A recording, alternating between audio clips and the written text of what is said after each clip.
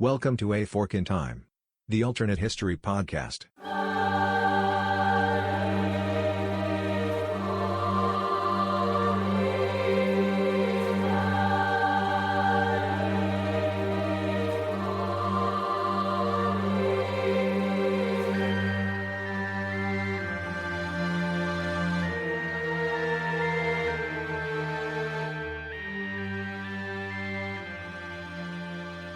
Welcome back to A Fork in Time, the alternate history podcast. It's Alexis and I were talking in some of the recordings that we did earlier today, although I think this episode will actually be published before some of the episodes that we did today. So our timeline and your timeline as a listener may differ. We were talking about today about which version of the what if machine we were taking out. So we're taking out the big version of the what if machine because along with Alexis, who's about to say something here, she's going to introduce who else we have, and then we'll get started on what the topic is. So Lex, say hi to the listeners and let us know who's with us today and sort of where we're going. Yeah, hi guys. So not only do we have the two-seater what if machine, but we have the one with the sidecar today because we are bringing along somebody who, if you've listened to the podcast for a while, you've gotten to know. We've actually brought him on in an official role now. That would be Chris Coppola. Hey, Chris, how are you? Hi, I'm fine. How are you? Pretty good. What did we decide your official role was? What was it? There was instigator. There we go. Chief instigator. I actually love the fact, and this is why I sometimes wish, and we may graduate to this at some point, especially now that we've started to at least post the audios on YouTube. But what you can't see on the Zoom meeting here, by the way, Zoom, if you want to send us a check for doing a name drop there, we're more than happy with that. What you can't see is the background that Chris has on the Zoom meeting. Them look. In fact, Alexis can't even see it because of where she's situated here. But where are you sitting, Chris?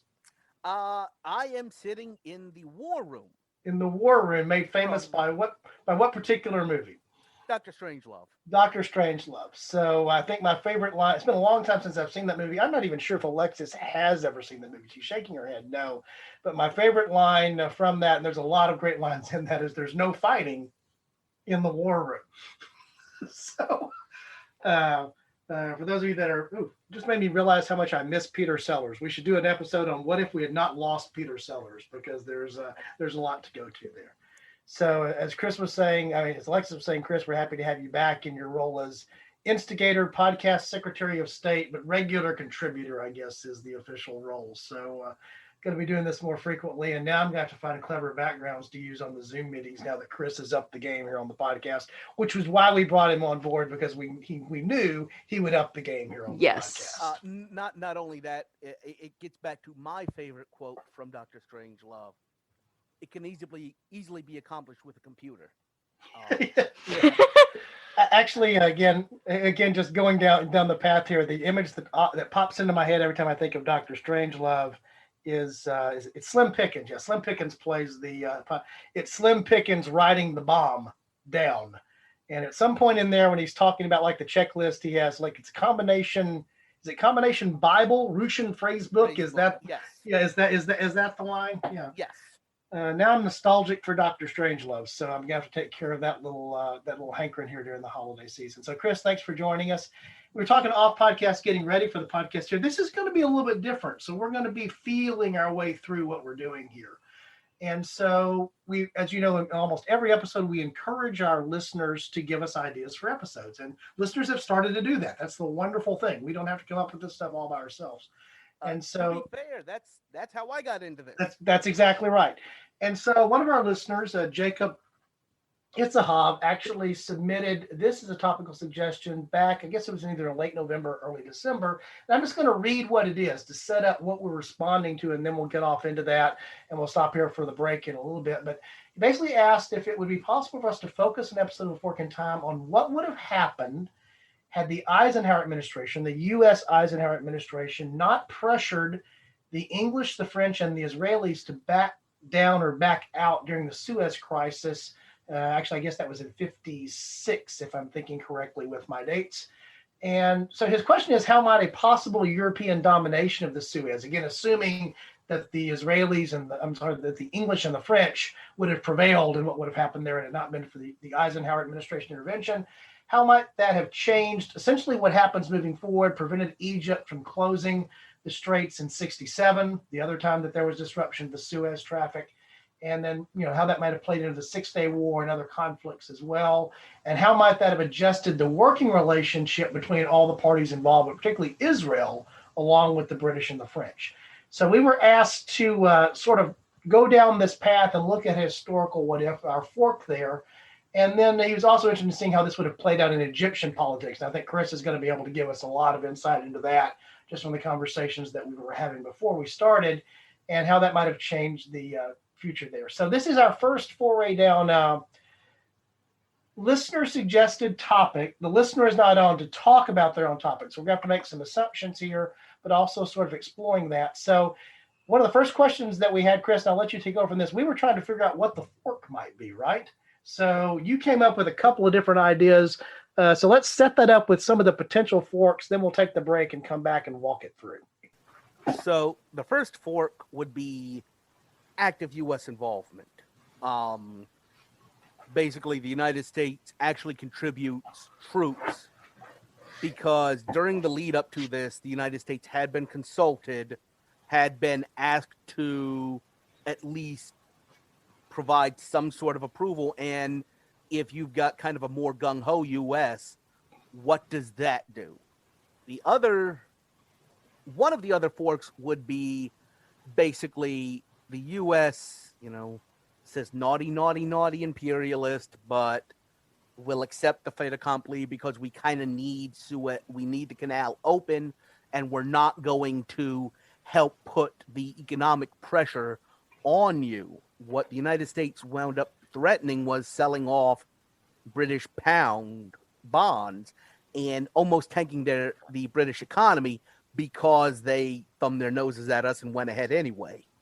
So what if the United States tacitly accepts the military action taken by the United Kingdom, France, and Israel?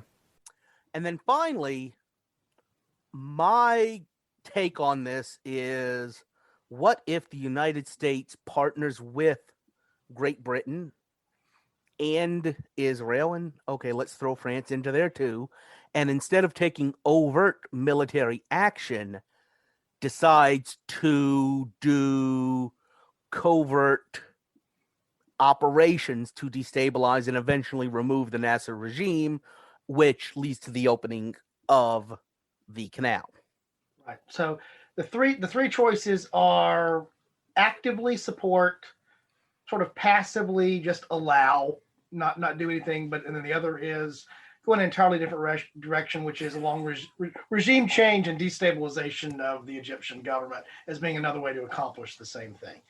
So having sort of set up those three potential ways that we might look at this, we're going to talk about this when we come back from the break. And so we'll do that here and sort of walk down each one of those and see where it leads us. I actually think it's probably a good idea, just maybe for some of our listeners, for us to do a little, when we come back, a little quick 1 or 2 minute recap about what the crisis is and why it's even there. I think it's pretty familiar. I mean, as we were talking about off podcast, it showed up in The Crown and it was referenced in a Billy Joel song, and we didn't start the fire. So for me, you've got all the background that you ever need if you've got those two things covered, but it's probably not a bad idea for us to pick it back up when we get back. So we'll be back right after this brief message from some of the folks that help make the podcast possible. Would groceries delivered to you in as fast as 1 hour save you a trip to the store? Instacart makes that possible thanks to personal shoppers in your area who hand select items based on your preferences from the stores you love. And shopping multiple stores is possible on a single order. Instacart picks the freshest produce and even keeps your eggs safe, all while finding everything you usually buy, providing smart suggestions for new items, and even highlighting deals to help you save money. And now you get free delivery on your first order over $35. Let Instacart know we sent you and help support our show by following the link in the show notes. Instacart. Groceries delivered in as fast as 1 hour. We are in the three-headed version today of the A Fork in Time travel what-if machine. One of us is sitting in the sidecar, and if you don't know who's sitting in the sidecar, it's like that poker thing. It might be you. I think I'm the guy sitting in the sidecar. Joined today by Chris Coppola, our regular contributor. Alexis is along for the ride today in the co-hosting chair. as we set up before we went into the break, we're talking about a historical what if that was suggested by one of our listeners regarding the 1956 Suez Crisis. And the brief summary there is it's called a couple of different things. It could also be referred to as the Second Arab-Israeli War. It's sometimes called the Tripartite Aggression. Or the Sinai War. It's the situation is in 1956 that there's an invasion of Egypt by Israel that's followed by the United Kingdom and France stepping in. And the area of interest is the Suez Canal, incredibly important because it shortens the shipping distance, obviously, between all of Europe and all of Asia. And also, very importantly, during this period of time, that's how oil flows back and forth, which is obviously of incredible importance. And so what does happen is this, as a result of General Nasser, who is the Egyptian leader, he nationalizes the canal, which had been owned by the British and French before. And the British and French response to that is to basically issue an ultimatum, have a ceasefire, and then they land paratroopers in the canal zone. So things are looking like they have the potential of escalating here pretty quickly. And so the reference by Jacob, our listener, in terms of where we look at the fork here is the Eisenhower administration in the real timeline intervened. And they intervened. Well, Chris, do you want to describe that intervention? We were talking about it off podcast. And again, we will refer listeners to some episode of The Crown in case they need to see it dramatized for them. But they intervened in a unique way because they sort of did it using economic muscle and not military muscle. Right.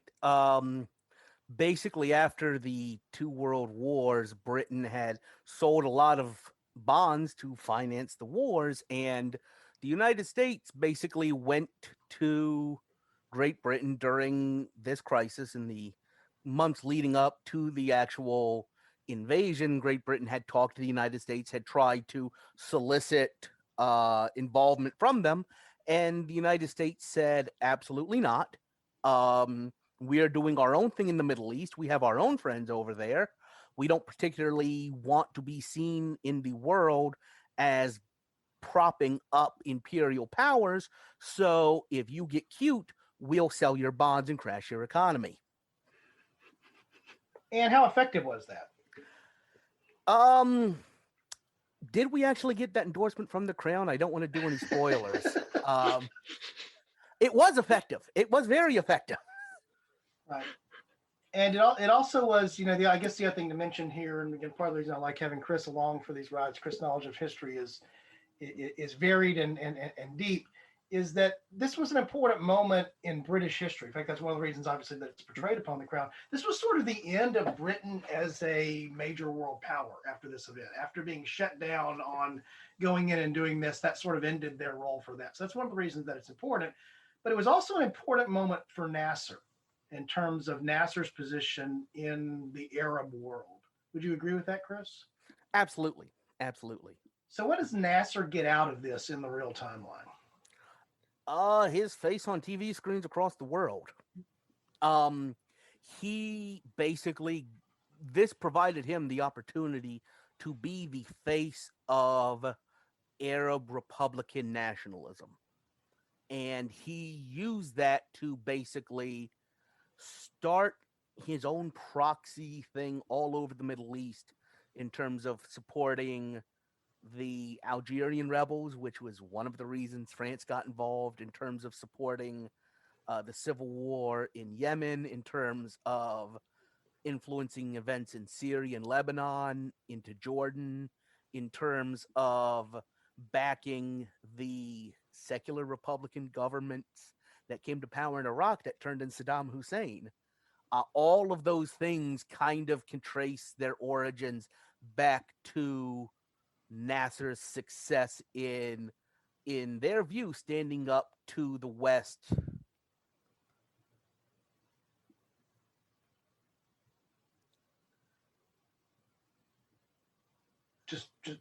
Just standing up to the West as a force? Standing up to the West, standing up to Israel, basically that, hey, we're the connection to the Soviet Union. We can get weapons. We are a way that basically the Middle East can matter. can affect its own future rather than just being cut up into these different nice polygons by people in Europe who have no idea, what these lines are cutting through. Right. In fact, that's I think the number one thing when I think back on just colonialism in general is that you create these artificial lines on a map that aren't where natural divisions exist among cultures and peoples, and then you wonder why things don't work Countries out. don't get along. Right, because the country you created was never a country to begin with, and the people that you have inside the country or in the adjacent country, because of where the lines have been drawn, fall into that category. It's especially true of the Middle East. It's especially true of Africa. Not that it didn't happen elsewhere in the world. In fact, it happened everywhere. It happened in Asia. It happened in South and Latin America as well. But it's particularly noticeable very often in the way that we still deal with those issues in the Middle East, and we deal with them in Africa, particularly today, from the colonial powers that were there. Of course, the other thing that's also going on behind the scenes here is, Nasser has another big thing that he's trying to do, which is the Aswan High Dam project. And in some ways part of the reason for the way the U.S. chose to intervene is this is the Cold War. This is in the period of the Cold War continuing to build and being in its crescendo. The U.S. is concerned about the Soviets becoming involved in sponsoring that dam project and not some other thing. And so this is Egypt straddling geopolitically straddling the East and West in a way that sort of is an interesting scenario. So again, gives a lot of visibility to Nasser among the Arabs and among the Arab community, but it also puts him thrust in the middle of global politics because of the canal and the high dam situation. So, exploring the first of those options, Chris, let's talk about the U.S. just sort of wholeheartedly supports it. Can you actually see that being a realistic opportunity? And if so, how would that play out in terms of how that what if would have gone along? I see it as pretty disastrous for the U.S. Pretty problematic. The whole time I'm thinking about this, I'm drawing a parallel to another part of the world where we did militarily go in and pick up the mantle of the colonial power, that being Southeast Asia, and that did not work out. Right. And basically, this is about the same time frame. Thinking about the French Indochina and what's going on here. These are contemporary events. This is literally the French pulled out of Indochina 2 years before this, and this is right at the point that the United States is making the commitment to support a post-colonial regime with very close ties to the French. And so, if you look at what the United States did, I feel like not supporting what the United States did. I feel like if the United States would have supported this overtly, openly, it would have caused the United States problems throughout the third world. Because like you talked about, this is just the very beginnings of decolonization. And if the United States is there as the Soviets already are going to sell us as the new colonial power, but if we provide them the marketing material, right, that's going to make it that much harder for us. Right. It's hard to claim that you're not when you're acting like you are, right? Yeah. Yeah. And again, in both instances, in the case of the English position and also the French position, they're protecting their previous colonial interests to some degree, the economic interest of the canal. I mean, the French were heavily involved in doing that as well as the British, but primarily the French. And so you can understand what their motivation is. I mean, that's their asset. I mean, I tried to draw the parallel in my head to what would have happened if a Panamanian leader had done something similar to the Panama Canal, for example, would be the other equivalent. The U.S. would not have stood kindly by for that after what had happened there. So it's easy to understand the English and the French, position on things. But again, I agree with you. If the United States had overtly stepped in a way, I think that would have been it would not have been limited to just a Suez crisis, I think is the easiest way that I know how to describe it. This would have become emblematic of a whole bunch of things that were going on around the world and would have been problematic as a result of being emblematic. Fair enough? Yes, I agree. And I'll look over at Alexis. This predates her, so it's a little bit unfair to throw her in the midst of this. Although England is involved, Yes. so she should have at least a fighting interest in what's going on here. What do you remember about? We were talking about The Crown here. It's okay to reference it. What do you remember about that particular episode of The Crown? A couple things. I remember Nasser, because at that point it's Anthony Eden, who's the prime minister. So he's the one who has to go to Egypt and deal with Nasser. And Nasser puts Eden in his place multiple times. Nasser is very he knows how to talk his way around things. That's definitely what I remember. And I'm also having a flashback to, there's a huge picture of Queen Elizabeth on the wall because it's owned by British interests, and that I have a visual of that picture being taken down amid anarchy, chaos. Are those two strong words? Yeah, which to me is sort of emblematic, or again symbolic of this. This is that representation of, this is the last throes of England as a global, the definition of superpower was changing as a result of the nuclear age. And there were lots of reasons why prior to World War II, Great Britain is a superpower. The sun never sets on the empire, the imperial nature of what's there. Remembering that one of Elizabeth's other titles is, Empress, in addition to being queen. But this is again a symbolic nature of sort of the end of that era, which had already come to an end to a great degree, but it was just recognizing, oh yeah, it really has come to an end. So I can certainly see that. So then the second thing we talked about, Chris, was the idea where the U.S. is not overtly supportive, but just sort of is laissez-faire about it. So under that scenario, the thing that jumps into my mind there is that's also dangerous and unlikely, because to not do anything when you could have intervened would have been the recognition that, very much like what would actively doing something in support would have been. To not oppose this in some way would have at least been giving a rubber stamp to continuing colonialism, even if you weren't actively engaged in it. And the other question I have, we kind of touched on this a little bit, and we're going to touch on it in Fork 3, but my question to both of you would be, okay, if we approve a occupation of the Suez Canal, and in my research, this was one of the interesting things. The commander of the British troops and the commander of the ground troops did not know what the goal of the operation was. Right. Was it to secure the canal, or was it to remove Nasser? Right. Yeah, and again, I think this is now, those of you that had emblematic on your bingo scorecard, I've now used it the third time. Ding, ding, ding, you should have a bingo by now. That's emblematic of a lot of what happened, again, in these situations where the superpowers were imposing themselves into things that were regional or local. It's, what is the, what is the objective? And then we get into the same thing later, the U.S. getting into this and others getting this. What is the exit strategy? How do we know when we're done? Okay, so we've come to seize and hold the canal for a week, for a month, for a year, forever.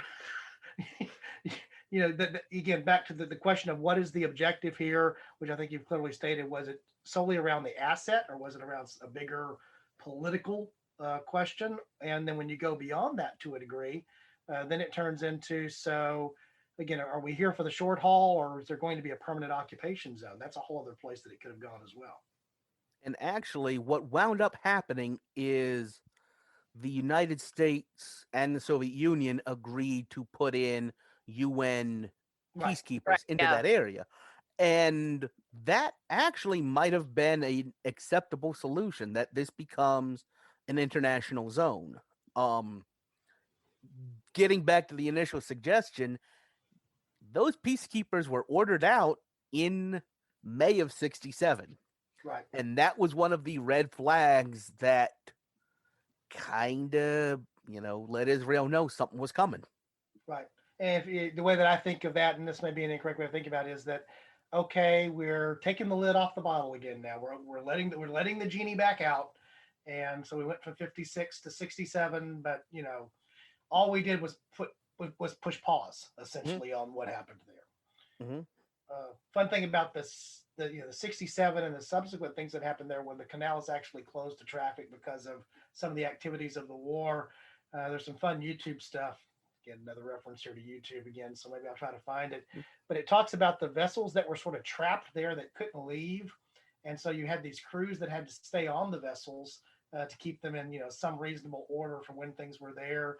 And at one point, they actually had an Olympic Games among the crews, the various international crews of the vessels that were trapped in transit on the canal. And of course, it was a big thing. I forget how long the canal was closed, but it was a long enough period of time that it became a notable disruption.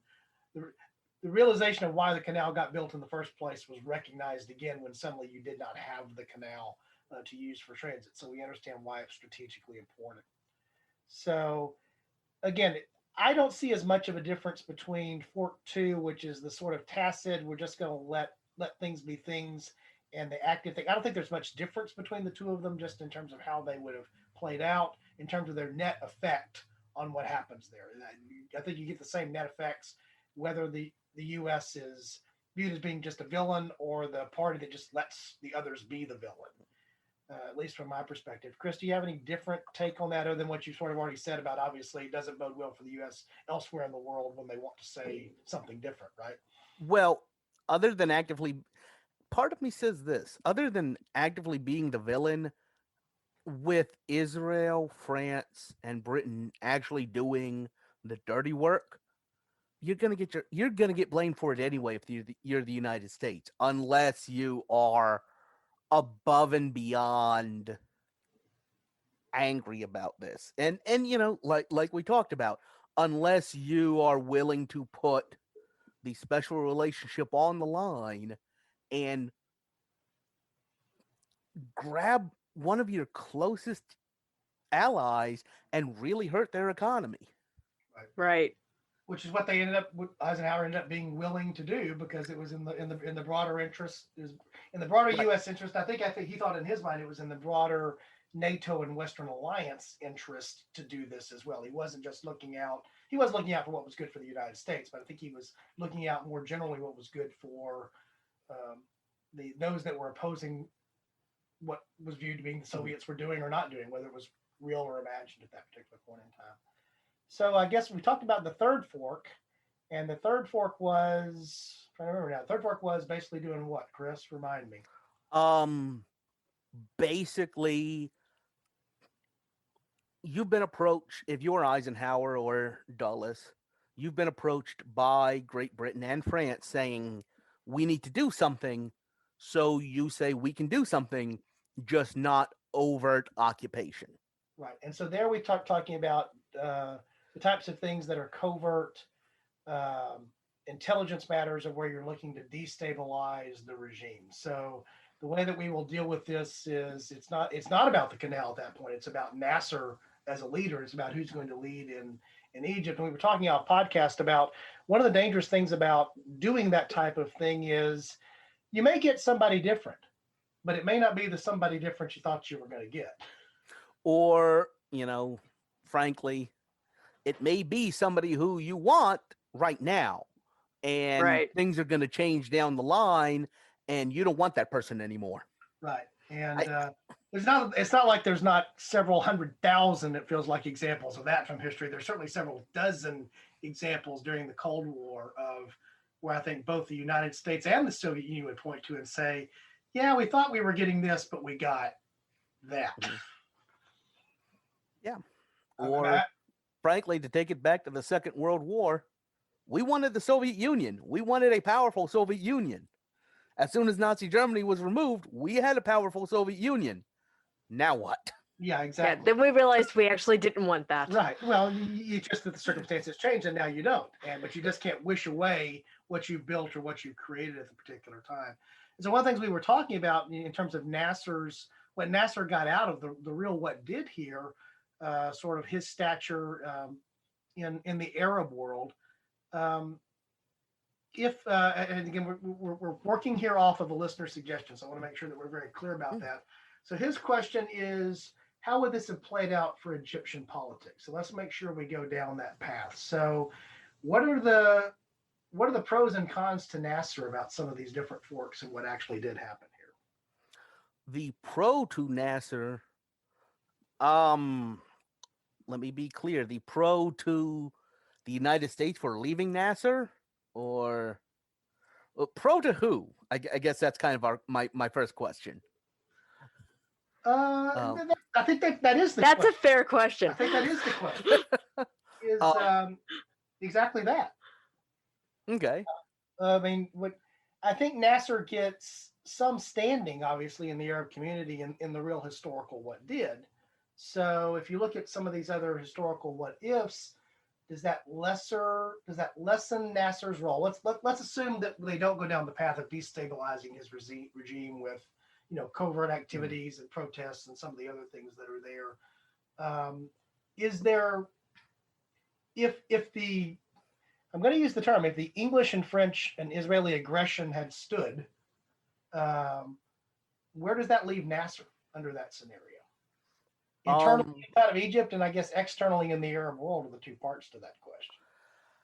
I would say, all right, let's do it again. The Crown, Argentina. He's basically tried to reach out and gotten his hand slapped and has had to give up a major strategic resource of Egypt. That's going to lead to internal destabilization. Basically, Nasser was a colonel who had overthrown the Egyptian monarchy 4 years before and was now calling himself the leader of the entire Arab world. 4 years before this, he was a colonel. He was nobody. And this helps solidify and give him those nationalist bona fides. And if he's left, if he, if the commander comes down and is told to just occupy the canal and he's left, I don't think he's around that long. And so what rises up in the place of a Nasser, again, assuming, let's say, Fork 1 or Fork 2, what rises up in Nasser's place? Because I can see that breaking one of two ways, or both. Well, there's one way, which is you find another colonel. Right. Find a colonel who's willing to play ball with you. In fact, the United States and the British actually had contact with Nasser's group, the Free Officer Movement, before their revolution in 52, and had given them some support because they were afraid the king was going to nationalize the canal. The king of Egypt, Farouk, had a very, very tempestuous relationship with the English, to the point that during the war they had basically put him under house arrest because he was making very friendly noises about Italy and Nazi Germany. So initially, the French and the British are a little concerned, and the United States are concerned about the king, so we picked an officer to put in charge. And kind of your, all right, that officer didn't work. We can always find another one. There's more than one colonel, right? Yes. Pick a colonel, any colonel. Yeah. Yes, and keep picking one until you find one who's willing to play ball with you. Right. So I think that is certainly one possibility. I just can't easily find a scenario there where this, a different scenario is somehow you move over to more of a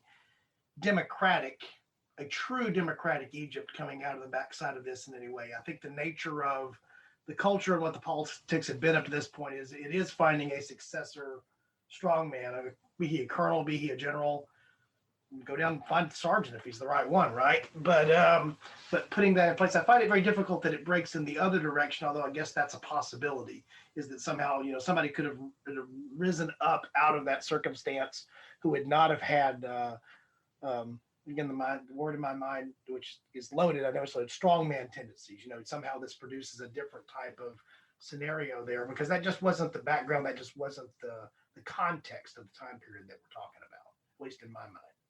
So if it's not Nasser, it's going to be somebody Nasser-esque. And that's a question of, is it a Western-leaning Nasser-esque or is it a Soviet-leaning Nasser-esque? And both sides are trying to find, then you get competing kernels. That's the other way that this plays out. There's one more possibility. There's always the third rail. What's the third rail, Chris? The Brotherhood. The Brotherhood. The Muslim Brotherhood was organizing in Egypt at this point. They had kind of been involved in supporting the Free Officers coup in 52, and then they were on the out. Basically, you're right in that, for the longest time, the Egyptian government had been basically worried about the canal and the British. Nowhere in there did I talk about schools or hospitals or sewers or all of the day-to-day city council stuff that builds a relationship between people and their government. Right. And that gap had been filled by the Muslim Brotherhood. And they were a group that could have had enough popular legitimacy to have gotten a non-military government there. Very different than what we see post the regular crisis, though, in terms of how that would play out in the geopolitics of the region, no doubt. Very, very different. And this was, this is getting the whole idea of what I was talking about previously of, hey, we like them now, we may not like them in the future. The very mention of that name probably, it conjures up certain things in any American today who's, been like world affairs aware, I guess. Yeah. But I'm thinking about one of the things we talked about off podcast, and I haven't brought up yet, was what happened in Persia, Iran 2 years before. Basically, there had been a nationalizing prime minister, a man by the name of Mohammad Mossadegh, and he wanted to seize the Anglo-Iranian oil company facility down in Abadan. In the British eyes, that made him a communist, and the British worked with the United States and created enough chaos in that country that people basically decided the prime minister, Mossadegh, was behind all the chaos and had to go. And lo and behold, as soon as he got rid of him and brought in the, autocratic, brought back the autocratic Shah, the anarchy stopped. And first, that was one of the first times that the United States and Great Britain worked together in terms of achieving a political goal in the third world, basically outside of a world war.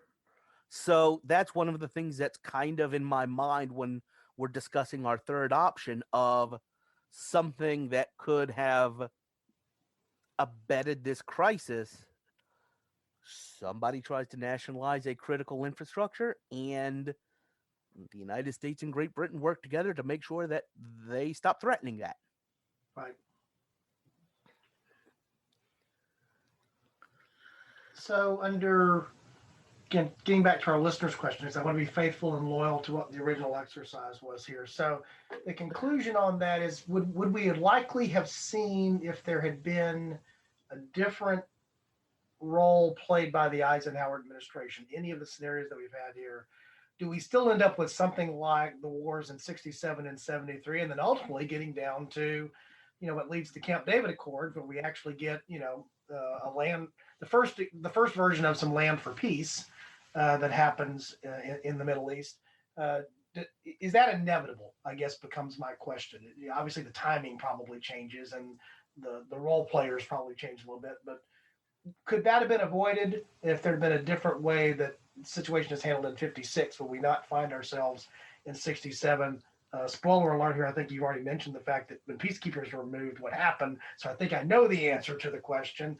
But do you have any different thoughts on that, Chris? Well, I did mention what happens when the peacekeepers are removed, but keep in mind the peacekeepers that we have there were put in under very, very different circumstances than what they could be with what we're discussing. If it's an international zone, if the Suez is an international zone and the peacekeepers are there, and let's assume, and this is a big assumption, but let's assume that we have a chastened Nasser that has been able to hold on to power.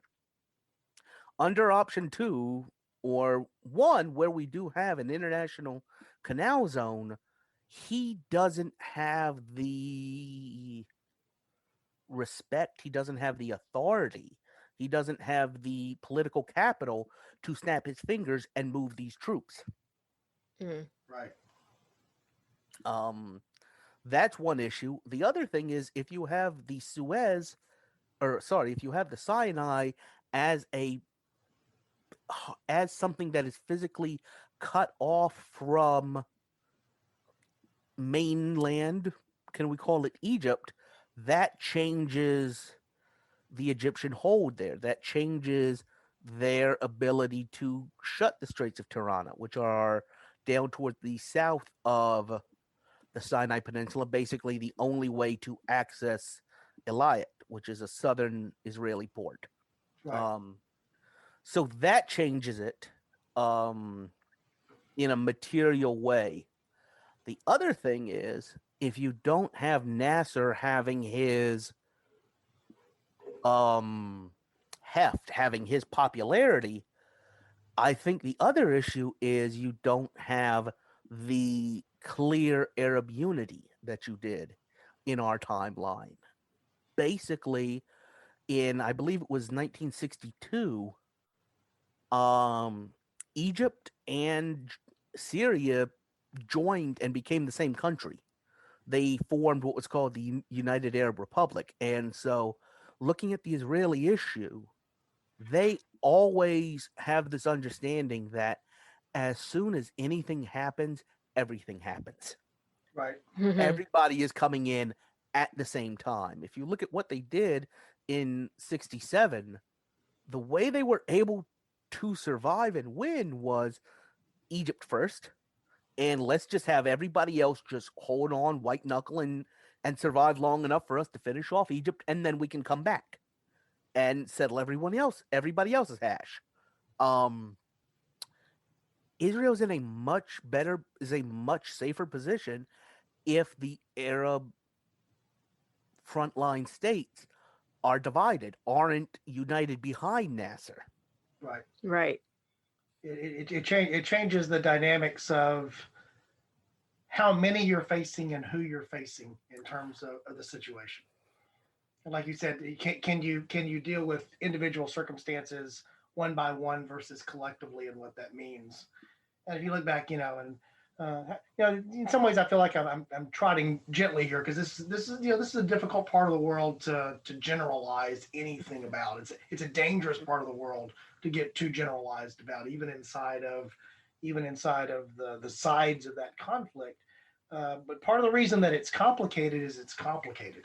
My dad once said to me, son, the reason that's complicated is it's complicated. If it were simple, it wouldn't be complicated. And, part of the reason that, peace in the Middle East is complicated is as simple as it's complicated because it has, when are the interests of Egypt and Syria aligned and when are they not aligned at various points or other powers in the East? What is the relationship between those entities? Do they share always the common interest? And the answer is no. And because of that, there are things that they have in common, but that doesn't always mean that they're willing to go lockstep together. To me, that also goes back to the whole situation that we're talking about here in 56. I think to some degree, if you were the British or the French in this whole exercise of the Suez exercise, you sort of didn't expect the response that you got from the United States for all kinds of reasons, because you thought you were in law, but no, there were different interests there, and that's a different way that it was going to play out. I think the same is true inside of the Arab world, and ultimately, I think there was always going to be conflict. Also, I think there was always going to be the genesis for the things that have led to. It certainly doesn't feel like peace in the Middle East, but we've had a relatively stable, peaceful Middle East overall for 50 years in terms of it breaking out versus the type of war that it used to break out in 48, 67, and 73. I guess you can make that argument, right? You could, except that the fact is that in 48 and 56 and 67 and 73, and let's go ahead and throw in 82, what all of the frontline states confronting Israel realized is, I'm not sure what tense to use at this point, you can't confront them in a set-piece conventional battle. Russian tanks are not going to do it for you. Right. Yeah. And so they found other ways to try and win. With varying degrees of success/failure. Right. Yeah. All right. So, Alexis, did you have any questions or thoughts that sort of? I know this is not your area of absolute expertise or fun, and we recognize that. And I don't want to have you be mentalized here, but is there anything that's running through your head, just sort of taking a different maybe view on this than Chris and I do, or thinking about it in a different way? Well, we touched on Israel, and we were talking about it off podcast, and my immediate response to the Muslim Brotherhood and how that would play out for Israel is that was bad. It never occurred to me that if you have the Muslim Brotherhood coming into power and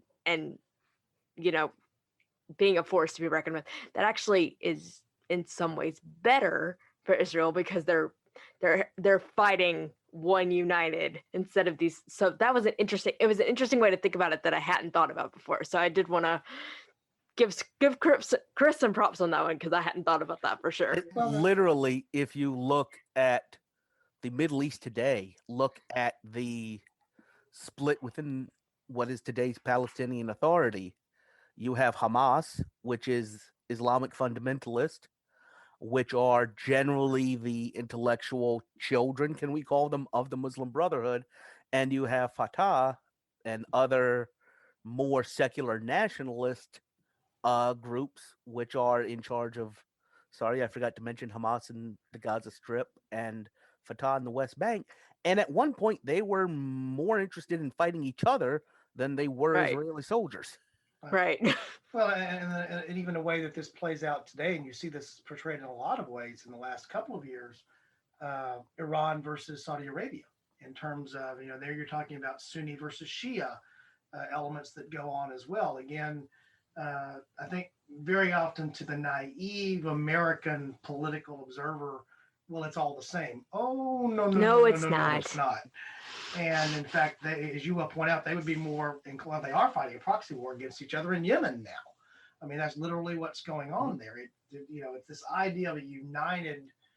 That what it means to be Arab is all united under one thing is simply not true anymore. So then there are two different parties in Israel, for example, that have some different ideas about how to approach things, just like there are different ideas in the United States and every other nation in the world that goes on. And of course, the other thing that jumped out at me is just, you mentioned that subtle thing about part of the reason that the Brotherhood was able to gather some of the support that it had was it dealt with local issues far better than some of the pan-Arab and nationalistic issues. You see that by both Western powers.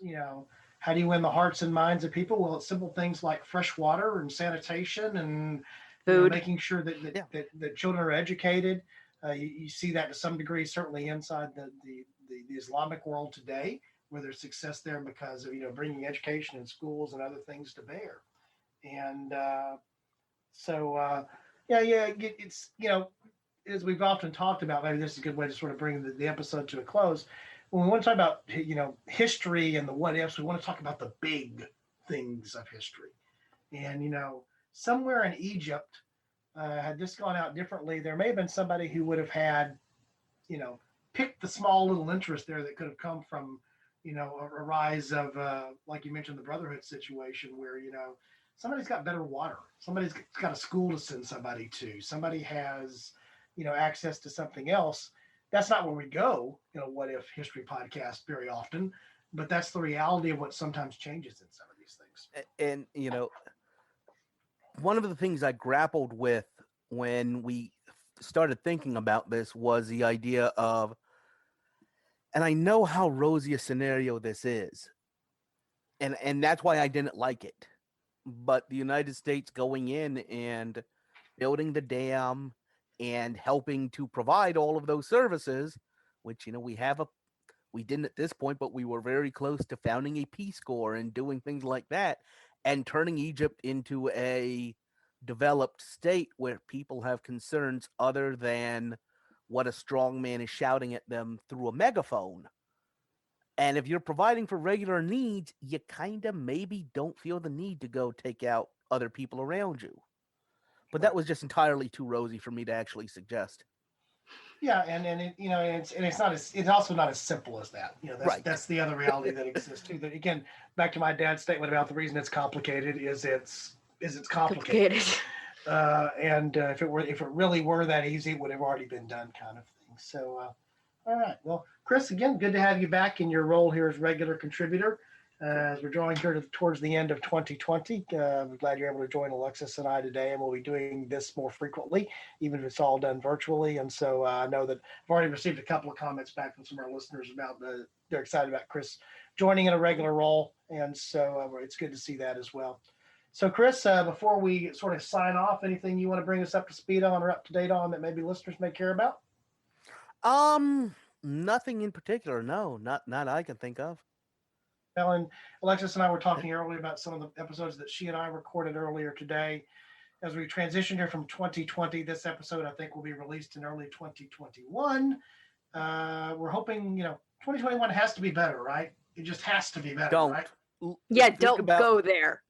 Think about look at my background. Yeah. It could get worse. It could get worse. All right then. Yeah, and of course the good news is that we are seeing the vaccine starting to roll out, at least in parts of the world. Mm-hmm. And so hopefully we continue to see things down that line. So again, Chris, thanks for joining us. Lex, anything you want to say before we close things out? I think you covered everything. Yeah, I think we managed to put blindfolds on and successfully navigate the cable a bit here, which is, if we can do that, we've managed to we set a threshold that we were looking to beat for an episode. I won't reference that. We've definitely more than done that. So we'll pick that up from there. Alexis is rolling her eyes at me as I say that too, which is fair enough as well. Again, as we close out, we just want to remind folks that we do have the website. We did some revisions here to the website over the holidays. So if you haven't been to A Fork in Time podcast, the A is important. The podcast is important to get to the right place. I invite you to go there. If you haven't been, you won't know that it's changed. So shame on you. If you have been, you'll know that it's changed. But we've added some new things that are there, and you'll hear more about those coming in the next couple of weeks. And so we just invite you to go there. And again, this episode was spawned by the idea of a listener putting in a suggestion. So if you want to hear us pontificate for about an hour on something that wasn't our idea originally, you too can cause that to happen. You just go there and fill out a form, and you'll be amazed at what might happen as a result of that. So we certainly encourage that as well. So on behalf of Alexis and on behalf of Chris, I'm going to go ahead and close out the podcast today. And just remind you guys that our suggestion is that if you encounter a fork in time, what do you think we ought to do, Lex? Take it. All right. Thanks, guys. Talk to you next time.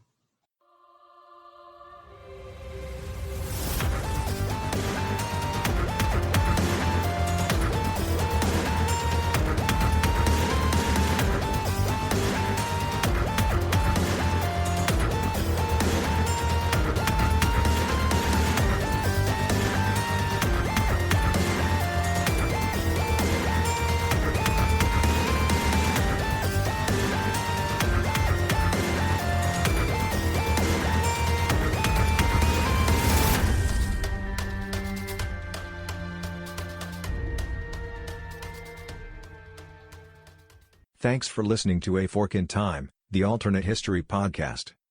Learn more about the podcast at www.aforkintimepodcast.com. Join us next time.